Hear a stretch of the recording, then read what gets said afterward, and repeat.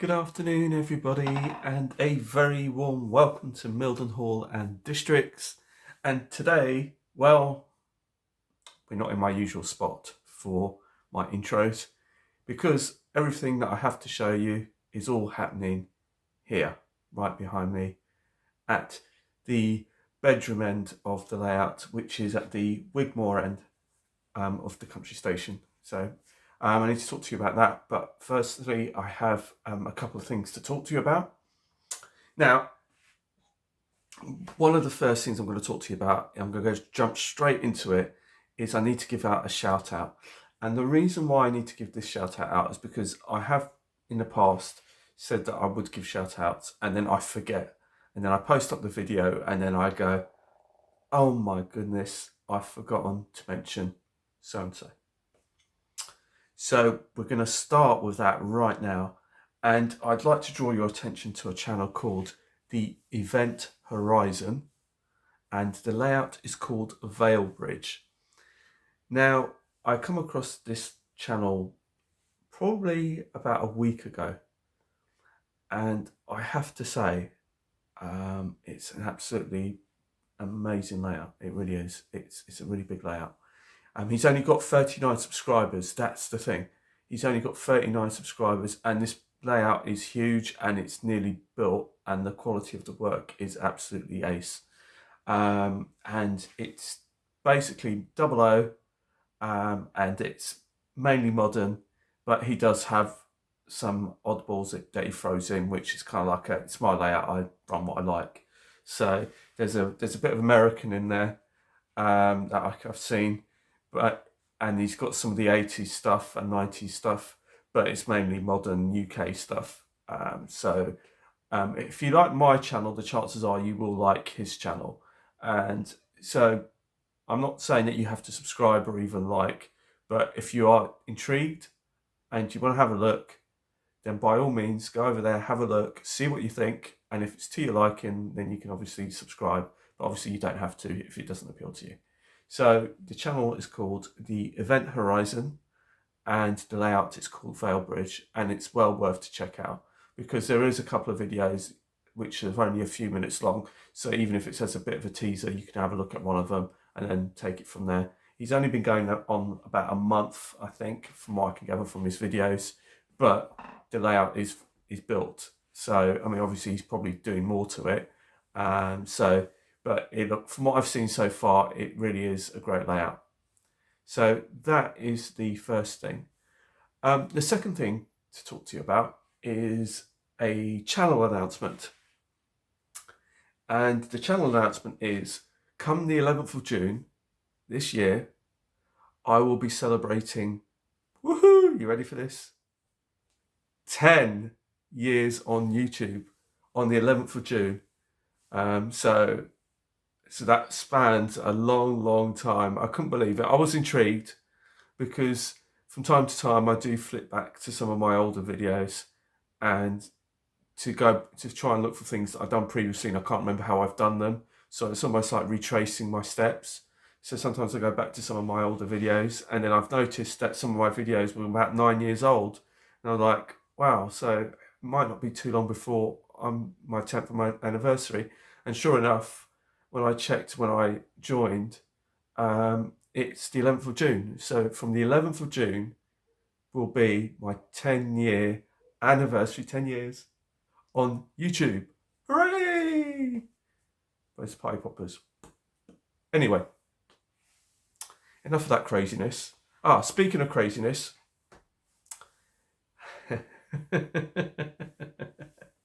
yeah, speaking of craziness, it's looking like, no promises, but it's looking like I'm going to be having a trip with my fabulous buddy, Dave, also known as Rails. Now, we haven't seen Rails on this channel for God knows how long. I can't remember the last time we did a Rails and Judy, whether we went out or when was the last time we did any of that. And we are looking at doing some scenic train spotting in Berkshire and Hants. So we're looking at possibly going along the Kennet and Avon Canal and doing some train spotting along the banks and along the canal and just having a look around there. But I'm not exactly too sure because I'm not too certain of the geography of the area and the logistics. As I've said before, I tend to leave that to my train guru, so he will be sorting out the travel arrangements. Now, whether we go by train or by car, that's yet to be decided. But we are looking at doing that not next Friday, but the Friday after. So that's kind of what the plan is for that. And speaking of that, I will give another channel a shout out to Burks and Hants Freight. Burks and Hants Freight. So if you like your train spotting, he does some fabulous videos in the sort of local area to me. So if you are sort of local to this part of the world and it's something that interests you, he does do some great train spotting and he's called Burks and Hants Freight. So that's the name of that channel too. Okie dokie. Right, next. Just gets better. I've got something to show you.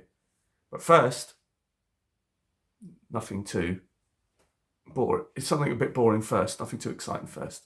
Right, so here is my first thing to show you. Yes, it's a tin of Dulux. White gloss paint. Can you guess what it's for? I'll give you a clue. It's behind me. So that is my job for the next 4 days. So I'm off for the next 4 days. So that depends whether I'm up for it.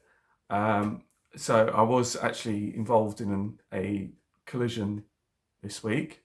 So we're going to see how I hold up and see if I've got the energy and the inclination and the fitness to do it. If I can do it, I do want to get this unit painted up. It was earmarked during this to be done and planned to be done this weekend.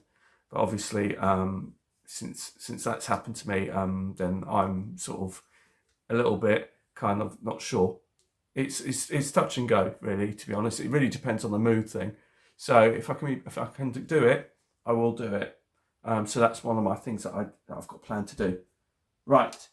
So I'll quickly show you this, but it's nothing exciting. That's just to do the work. So, but what I do have exciting to show you is related to those wagons over there.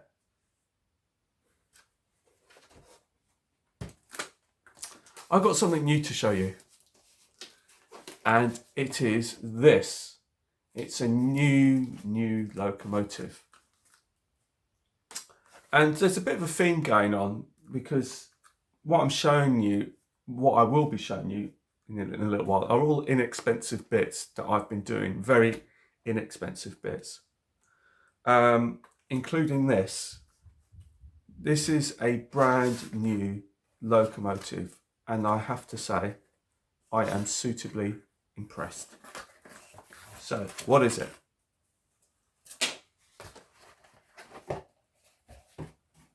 So, this is to say Sam's Trains, if you're watching, which I doubt. Look, it's in a railroad box.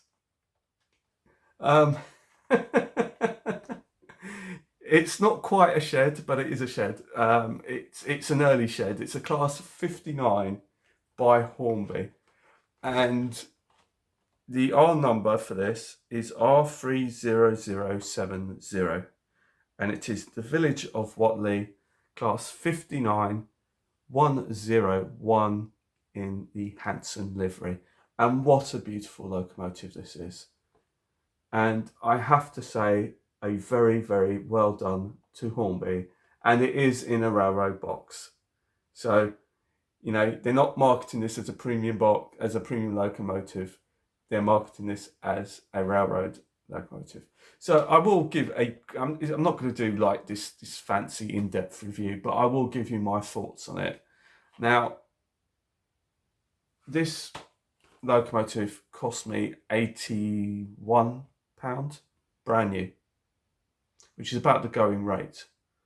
And to be fair, I wouldn't really like to pay more than that for this type of locomotive. by Hornby, although I suspect that in the coming years, this railroad price will end up being what we would be paying for what we call a premium locomotive back then. So I suspect this will probably end up going up to about £130 or £120 at some point in the future.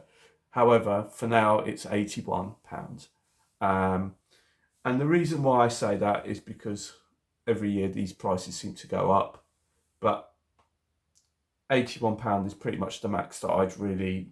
90 is, you're kind of pushing the boat out as it is. I when they originally said it's going to be 90 to 95, I'm thinking essentially it is an older locomotive. However, that being said, Hornby have done a fabulous job on, in my opinion.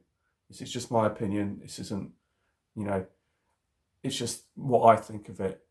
And the reason why I think it's worth the £81 is the paint job on this is absolutely stunning. And not only is the paint job stunning, but something you also get, which I didn't really expect to get. So let's get it out of the box. I'm sure that's what you're really, really, really interested in seeing. Oops, there goes the little destruction manual, as they say. Now, like we keep saying, that the Hornby ones, if you go for Hornby, it's not going to be like if you get a Dapol one or whatever when they come out, because the Dapol ones are going to be all singing and dancing super duper and all the rest of it. But if you like a good bargain or you like a budget locomotive, Hornby have done a wonderful job with this 59, in my opinion. Now, the reason why I bought this one, now Dapol are imminently, if I get my words right, due to release their 59s. They're very, very soon incoming. However, the only one relevant to the modern image one that I could see that's currently being released is the DB Schenker Red. And there's also, I saw on Hattons that the Dapol are also going to release the previously released version, which is the other one that I've got of this one, which is the GBRF 59003. But again, the prices will be quite expensive. Hornby's kind of tried and tested, and I know it's difficult to get spares out of Hornby as well, to be fair, but it is a quality budget locomotive, I have to say. I mean, you won't get this livery in the standard Dapol range. I think they've got a standard Dapol range, and I think they may very well end up having like maybe a few specials here and there. So I don't know, because I did check their website, and the website for Dapol hasn't got the 59003 through GBRF. I saw that on the Hattons website because they sent me an email to tell me that they were going to get the 59s in. So I don't know whether all of them are going to be standard release or whether or not some are going to be special exclusives to a number of retailers. However, I haven't seen this livery being reproduced by Dapol. And the thing is about this livery, and why I wanted this livery so much, is because it runs a lot around these parts. It really is, and the paint job is absolutely stunning. It really is of really high quality for a budget locomotive. And I guess that's why they call it a Railroad Plus.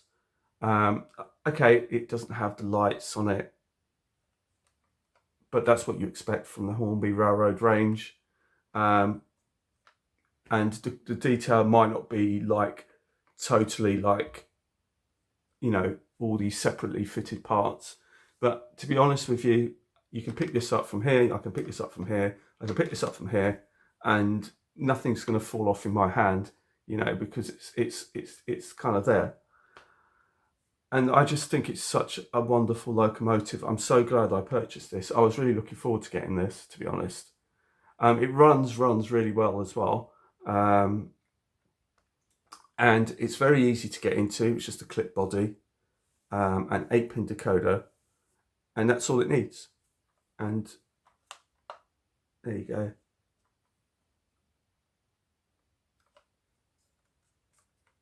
It's just so beautiful, honestly. It really is.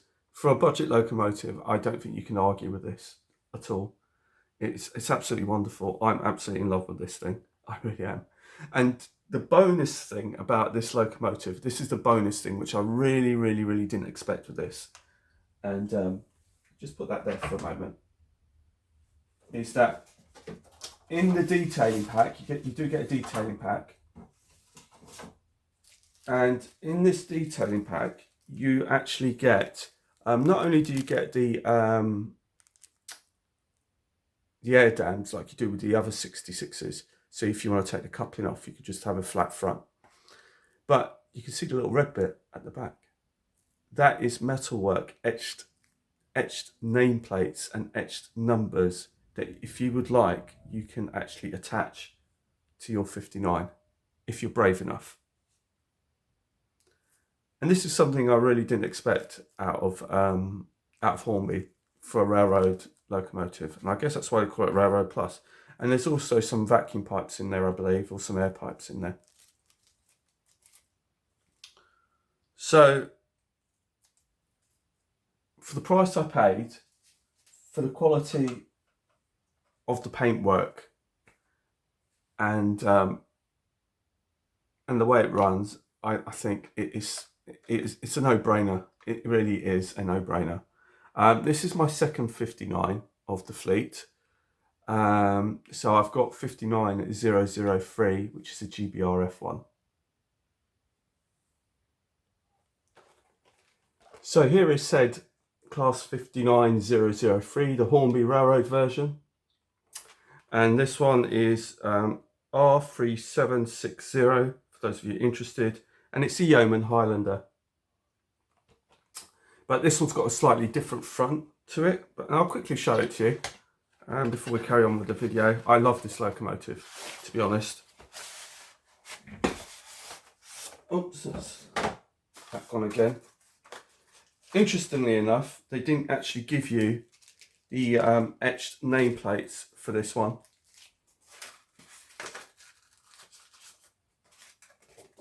But I have actually, there it is, I'll just put that over there. But I have actually played with this one and actually weathered it and painted it. So this isn't the one that you get out of the box. This one's had quite a lot of work done to it. So this one's had some additional work and additional details added that you don't get on the standard one. So basically this is the standard sort of front end face that you get. And the other side is the one that I've modified, which I've added with the flashing kind of warning signs on it and the 59003 on the bottom. So I've added that as an extra. And I think also I added the top light, which I think when I purchased it, if I remember correctly, Hornby didn't model this top light here, and I ended up doing it myself with a track fixing pin. I drilled a small hole and put a track fixing, glued in a track fixing pin, and then just painted the top bit in a little dab of sort of metallic silver paint. And then that kind of brought out the real. These were just bits that were just missed by them. And I think the other thing that I conceived that I remember doing that was also missed by them was the cant rail strip, this orange cant rail strip that runs along the top there. I think that was also missing, that I ended up doing. So again, that was another host of modifications that I've done. And I've also painted it and weathered it. And I painted the chassis and weathered it as well, because the chassis, the thing is, and this will go the same way.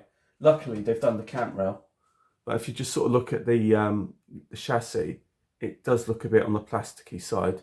So I'm probably going to sort of give 59101 sort of similar sort of chassis treatment as I've given to this one here.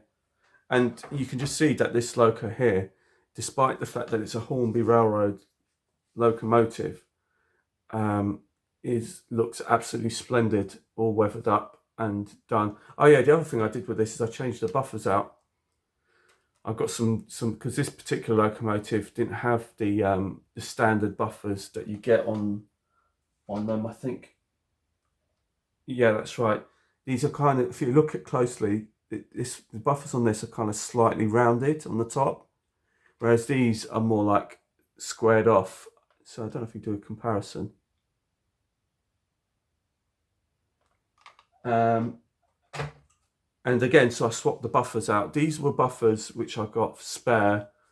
I think I got it off of Peter Spares, to be honest. These are class 92 buffers. So if anyone's interested in doing that little modification on their 59003, you get these. These are class 92 buffers by Hornby. So those are those two 59s covered. So those are my two 59s. And I do sort of intend to sort of add some more to them. I intend to get a few more. These, I'm really happy with the way that these run. It's not a problem to me. I know some people will say that they're a bit weak, a bit underpowered, but the thing is, those do what they say on the tin. You know, they run, they're not expensive, they're budget locomotives, and you have to look at things in that light to get the best out of these locomotives. If you're going to start sort of thinking, you know, oh, I was expecting it to have lights and I was expecting it to pull this, that, and the other, it's not. But for any regular sized layout in the UK, to be honest, it runs perfectly fine, you know. But I don't have any inclines on this layout anymore anyway, in any case. But I don't have any problems. I've literally, you know, I've got some really nice expensive locos, as you've seen. But I've also got some of these more budget locomotives, but they still are fabulous locomotives and they are still worth having. And like I said, you can't actually get this in what is expected to be the Dapol releases of the 59. This colour scheme just won't be available unless it's done either at a later date that when they add to the catalogue, or whether or not it's done as an exclusive for somebody. So here is my said 59 at the head of the queue, and behind that is a rake of PTAs which I have repainted. I repainted them some time ago, so we'll be getting some more and doing that, but it looks absolutely fabulous ahead of those PTA wagons. So next, what I have to show you is something very, very inexpensive. And railway modelling is quite an expensive hobby, but it doesn't always necessarily need to be. And you don't necessarily always need to spend a lot of money to make it look good. It's just down to your basic skills and things. You can make things look really decent for not a huge amount of money. One such example is there's a couple of Dapol kits that I have to really kind of bring to your attention. And one of them you've seen before, which is this. And this is a footbridge. As you can see, it's double track footbridge, which is basically belongs over on the main layout at Milton Hall and districts. Now, the reason why I'm pointing this out is if you were to buy say a resin version or something like that, and it doesn't matter whether you buy it as a Scaldale Hornby or whether you buy it as a Bachmann Scencraft, anything with resin, and you'll be paying a lot more than this. And this, I think, cost me under a tenner. I think when I bought it, it might even cost me less than £8, from what I remember.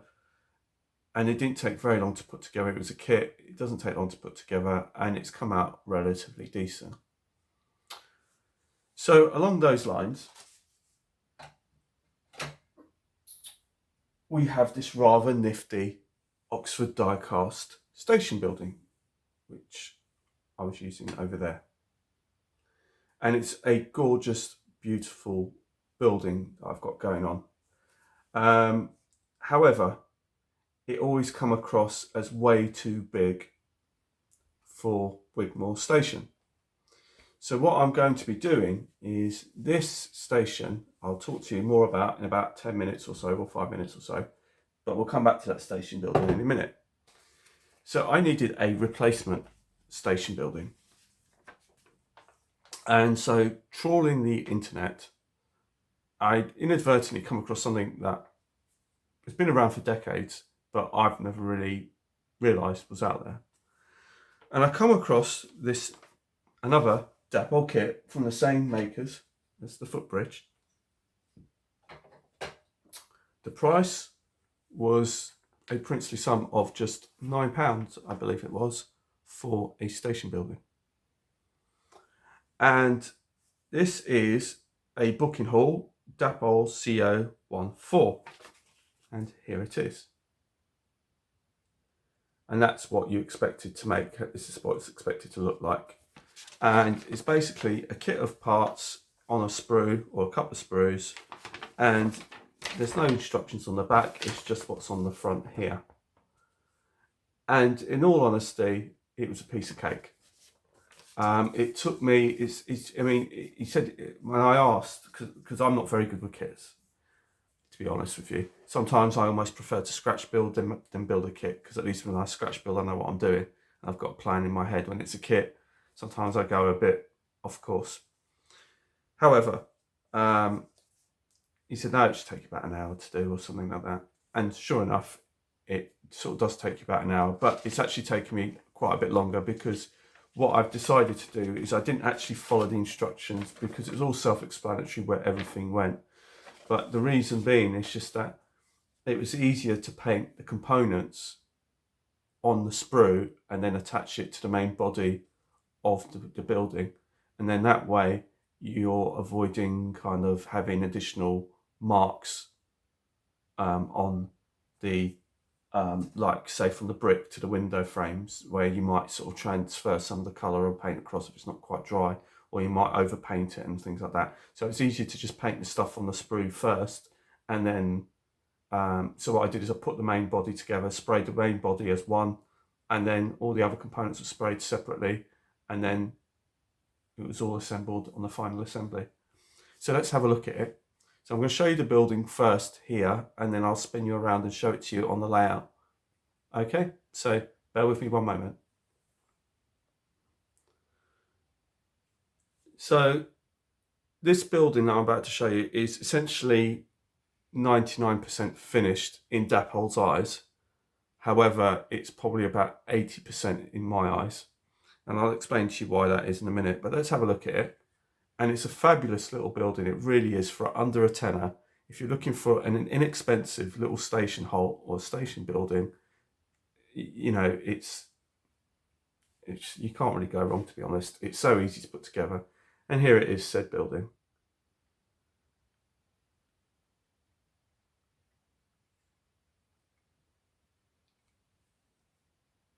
So this is why I said in my eyes it's 80% done, because it's mainly the interior. I'd like to put an LED in here, but then for me to put an LED in here, then it's going to show up all the non-painted features of the inside. So I'll either have to put an interior in, or I'll have to do something about it, which is probably what I will do in any case. But from the outside, it's virtually complete. And I also just have to put the glazing in from Dapol's point of view. So that's all I need to do to complete this building, is just to put the glazing in. But I'm probably not going to do that just yet, because I'm probably going to end up painting out the interior. So when you put an LED, to make sure there isn't any light bleed or anything like that. But it really is a nice little kit. It was so easy to put together. It went together really, really well. Like I said, I've painted it in this kind of GWR kind of green, to reflect that it's a GWR station at this end. I've also, as you can probably tell, I've weathered it by using the Nuln Oil. So the Nuln Oil's been all around this building, so all that shiny kind of brick paint has all just been dulled down to reflect the fact that it's been around for a little while. And it looks absolutely great. I was really, really pleased with this. I was really impressed that for under a tenner you got this building that was really, really effective in the area that I really wanted to put it. So I'm now going to put this building on the layout, and I'm going to spin you around. So there is the station building at, or the booking hall at Wigmore Station.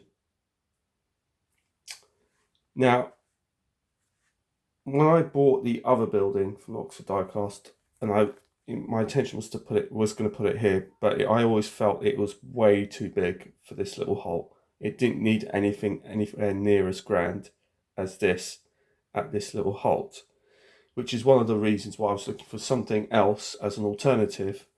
and something that was relatively inexpensive. And I inadvertently come across this little Dapol kit, and I think it just looks absolutely spot on there. And I'm totally 100% far happier with this station building or this booking hall here than I am with the one on the other side. As you can see, these are the station signage to go through to be put on that. So that's something else that needs to be done at Wigmore Station, is just get all the signage done. So it's another one of these little jobs that needs doing. One of the other things I've been up to is I've now got a switch here. And that switch is for that TTS vent fan, which is now wired in.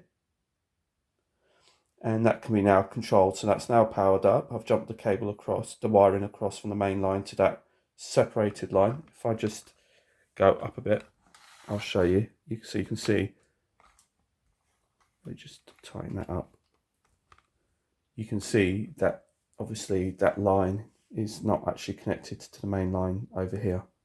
And something else that you can see now that I've added is I found this Hornby signal, which I had knocking about, the semaphore signal. And I do love semaphore signals, and I am contemplating actually getting some Dapol signals and upgrading them to Dapol ones, because I really, really like the Dapol ones. And just to really set off this kind of scene around here, this is just one of the things that I can do. So I really do like this semaphore signal, but I am planning on adding some Dapol ones. I think they look really, really, really lovely. Actually, Richard over at New Junction, when he had his original layout up in his loft, he actually did a video on fitting a Dapol signal to his Heritage line. And ever since that day, I actually really, really liked it. I really liked the idea of it, but my layout's was always kind of a bit too modern and stuff like that. But at least on this side, this is like the oldie worldy side at the country end. So this is one of the areas I really want to add to it. Now, one of the other things I've done is I've also, sorry, there's a bag knocking in my way, but I've also cut into the scenery. So what I've done there is I don't know whether you can see it, but basically I'll see if I can spin the camera around shortly, so you can see my flippers. But basically I've cut into the scenery to fit the signal in, so there's enough clearance for the coaches and locomotives to get round. Now, the great thing about cutting into this was that because I used the Florist Oasis block, when I cut into this, it didn't lose any integrity at all. It didn't crumble, it didn't start falling to bits, because it was just a shell on top of some paper. Because it had the Florist block underneath, it maintained its integrity. And and I've been able to blend it in so easily, and it looks so great. I actually like the way I've blended it in. And then some of the other things I've done is also at the station, is that you can probably see where I've added this bit of fencing here, because that other building literally took up the whole bit here, and it was just too much. So this size booking hall is far more appropriate to what I had before. And also some of the other things I found in my spares box, which I'd used previously, and I will be using them again. I can't remember what I did with my painted ones. I don't know whether or not they got chucked or if I broke them when I removed them from my old layout. But I come across these ones, and I'll be using them along here because I think it's so appropriate. And again, it sets the tone. Basically, these are all telephone poles.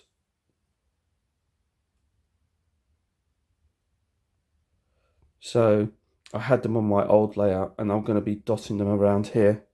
And I think that will again set off the scene. It's another little bit that adds to the area, the country feel. That maybe technology is a little bit, hasn't quite got here. The 5G broadband and all that kind of stuff hasn't quite made it to Wigmore. So it's that kind of stuff that we still use in the old telephone, the old telephone poles and things like that, and communication masts and things. So that will be sort of, it's kind of reflect it from transitioning from, say, the countryside to maybe the more modern city side. It's just that the fact that you kind of progress with the buildings and the infrastructure as you could go into town, whereas in the countryside, maybe some of it, they're still looking at doing the more rural areas. No disrespect to anyone who lives in the rural areas, but that's kind of how I picture it and how I wanted to recreate it. And also it gives me a chance and an excuse to reuse these items, which I think will just add to the scene so well. So here for this last bit, we're going to go a bit freelance. So what you're looking at here is what's kind of my filler yard at the moment. And this is some of the trains and stuff that I've been testing. Now, the track plan has altered slightly. I was talking to my good friend John over at Piccadilly Sidings and Piccadilly Model Railway. And if you haven't checked out his channel, then you must. But anyway, I digress. So I was having a conversation with him, and we were sort of brainstorming over what I was going to do with this kind of area. And my sort of thoughts were whether it was going to be a bit too cluttered and things like that, and I just didn't want it to come across like that.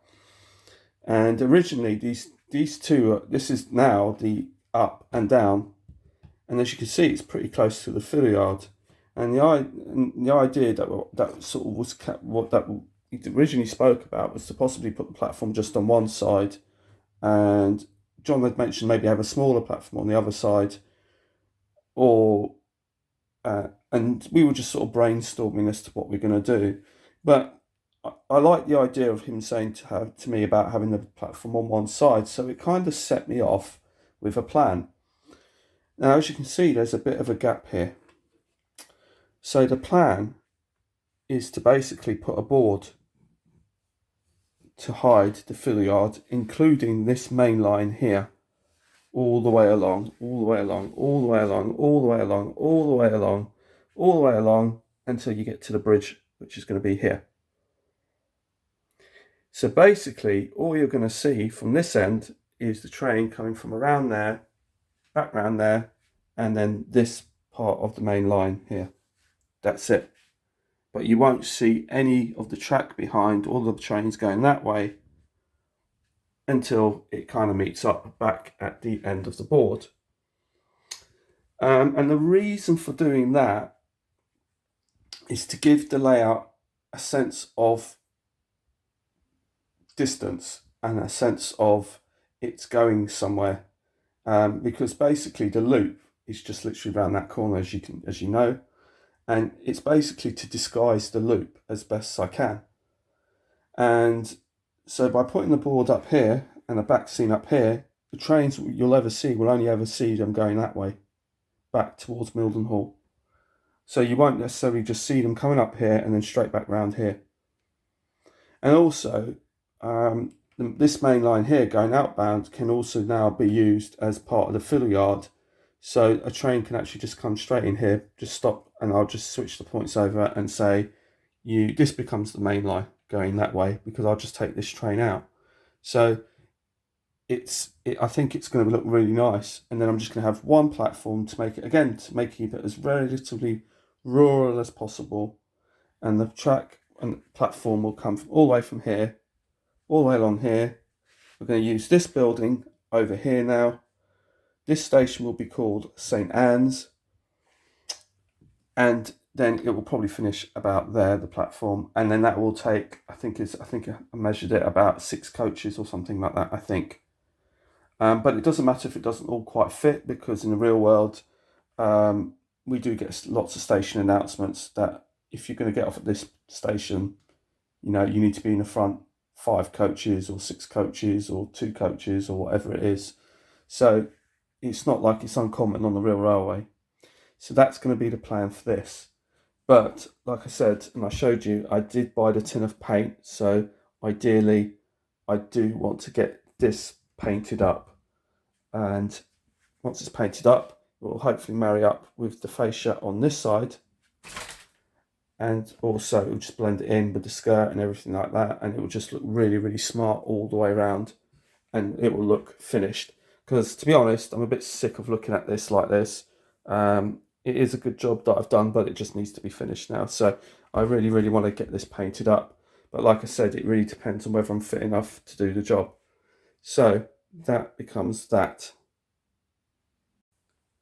So this concludes the end of today's video, and I hope that you've liked it. And if you have, then please feel free to share, like, subscribe if you wish. Like I said, I don't normally promote it, and I just won't. It's like I said, I just want people to subscribe to the channel because that's what they enjoy watching, rather than go cap in hand. But like I said, I hope you did enjoy today's video. So like I said, 11th of June, 10 years, woohoo, on YouTube. Well, I doubt there's going to be a big party or anything, but it will be nice to catch up with my good friend Dave, also known as Rails, and just go out and enjoy spending some time with my good friend and having a good day out. And also hope you like the 59. And if you'd like to check out, once again, my shout out, the Event Horizon, and it's Failbridge. Like I said, he's on YouTube. He's only got about 39 subscribers. So feel free to check him out. So until the next time, it's bye from Milden Horn Farmer. Bye-bye.